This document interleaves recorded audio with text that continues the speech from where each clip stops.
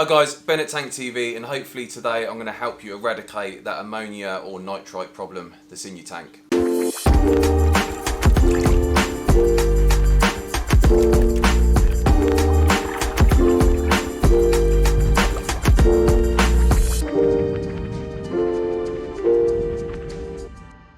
Right, so a couple of reasons why you may be going through or having that ammonia and nitrite spike in the tank. Probably one of the most biggest and most popular reasons is, unfortunately, a lot of new fish keepers will be sold a fish tank and within 24 hours or within 2 weeks, without the tank going through the nitrogen cycle, are told to put fish into the tank.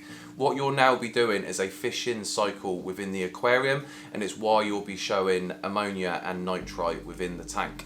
One of the second reasons, and again probably one of the most unnoticed or unmonitored problems, is if our pH is getting a little bit too low or is getting too low in the tank. So when pH drops, ammonia starts to transfer or change into ammonium, which beneficial bacteria can struggle to convert and digest. And if that pH drops too low, so you're looking between sort of 3, top end sort of 5, that beneficial bacteria can start to die off, which then obviously isn't consuming and converting your ammonia and nitrite into nitrate. Now, probably the third other reason is we like to overstock tanks quite often, or the media and the filtration isn't adequate enough to deal with the fish stock. So, a couple tips here of what I'd recommend to my customers, what I recommend to you, and things that I would do personally straight away and immediately if I started to have an ammonia and nitrite spike. So, first thing to do is a big water change. Okay, we want to get as much of that ammonia and nitrite as possible out of the tank, because as long as it's in the tank and it's above 0.5 or 1 maximum, it is absolutely damaging the fish. Now, it may not be urgent, it may not be immediately, you may not be seeing the damage to the fish straight away, but long term it's going to have a huge impact on the fish themselves. So the first thing you want to do is a big 90% water change, or with these guys obviously they're a little bit too big to do a 90%, but at least want to do a good sort of 80%. Let the tank warm up. If I'm still showing anything over 0.5 ammonia and nitrite, do another water change again. Now, just a couple things to remember when you're doing that 90% water change. First of all, make sure your heaters are fully submerged in the water. Okay, last thing you want to do is burn them out or cause them to short circuit. So either turn them off completely or just lower them right down and turn them horizontal so they stay submerged and underneath the last 10% of water that's left.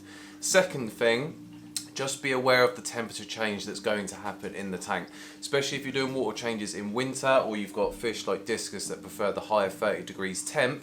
Obviously, doing a big water change, if you're doing it straight out the tap, that tap water is going to hit around 10-15 degrees and bring the temperature of the water right down.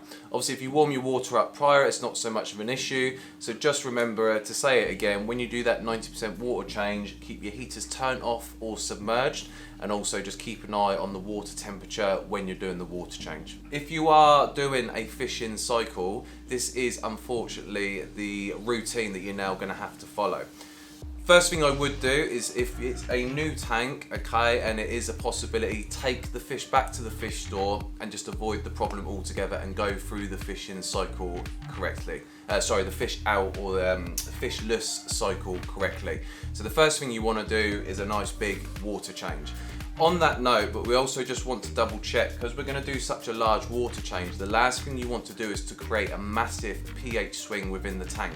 So make sure you are testing the pH level that is coming out of your tap water and what it is currently in the tank. Yes, obviously we're trying to deal with the ammonia and nitrite that's in the tank, but if you're causing a massive pH swing by doing a big water change, you're then going to start moving into bigger problems, and it's a pretty sure and quick way to wipe your tank out. So the next thing you want to do is one of two options. Now, if you are close to a local fish shop that has cycled media or cycled rock available to you, go and get your hands on it and get it put in your system as quickly as possible. You may have friends or relatives that have got established and set up tanks, and what you want to do is just go and get, even if it's just a handful of cycled media or sponges, just so you can get them into your tank.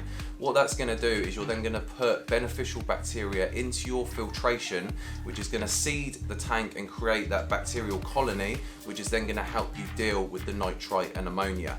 Now, over a sort of 2-week period, even if you've put that into the system or into the filter itself, you still want to test it daily, and at least for the next 2 to 3 weeks, to ensure that the bacteria is kicking in and helping with the consumption and conversion of the nitrite and ammonia. Again, if even with the media in there, it's not going to be a sure fix unless you are able to completely change your filter over with cycled media. More than likely you'll only be getting a handful, so you still need to test the water, because you still may have to do that 50 to 90% water change to keep it intact. Right, so next thing to get used is your Seachem Prime. Now, even though this hasn't been scientifically proven, and I am aware of that, I have used this method multiple times with customers, and it has worked every single time. So on the bottle, on the Seachem Prime bottle, it will tell you if you do a 5 times the recommended dose, it will neutralise and combine ammonia and nitrite. Now, as I just said, I never usually recommend anything that isn't fact or scientifically proven, but I have done this plenty of times to understand or to see the results and see that it does work. What it would do is you put in 5 times the dose, and for 24 hours it will neutralise and combine the ammonia and nitrite, making it safe for the fish in the tank. Now, what I'd still recommend is I would only do, if your ammonia and nitrite is up to 1, then I would just use the Seachem Prime 5 times dose to neutralise it. Anything above that, I would do that big 50 to 90% water change. Again, do the 5 times dose with the Seachem Prime just to neutralise it, and then again test your water. Now, while we are on the subject of testing, test strips, which is quite commonly picked up, especially if you're new to fish keeping, and it's usually something you'll be sold. But what you really want to get yourself is a liquid test kit. Okay, these are 1,000 times more accurate than what you'll get on the dip strips. The dip strips are pretty much, or always have been, designed just to test things like swimming pools and jacuzzi or hot tubs, so they don't really give you an accurate reading.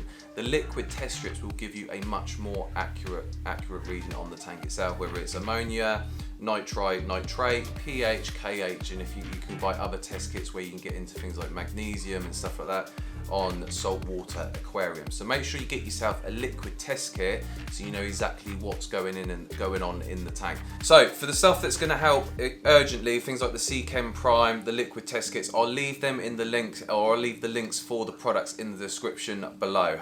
Not all local fish shops will sell the products that you need urgently, but at least if I can get them to you through Amazon Prime, it means you can have products that will help you deal with the ammonia and nitrite in the tank pretty quickly.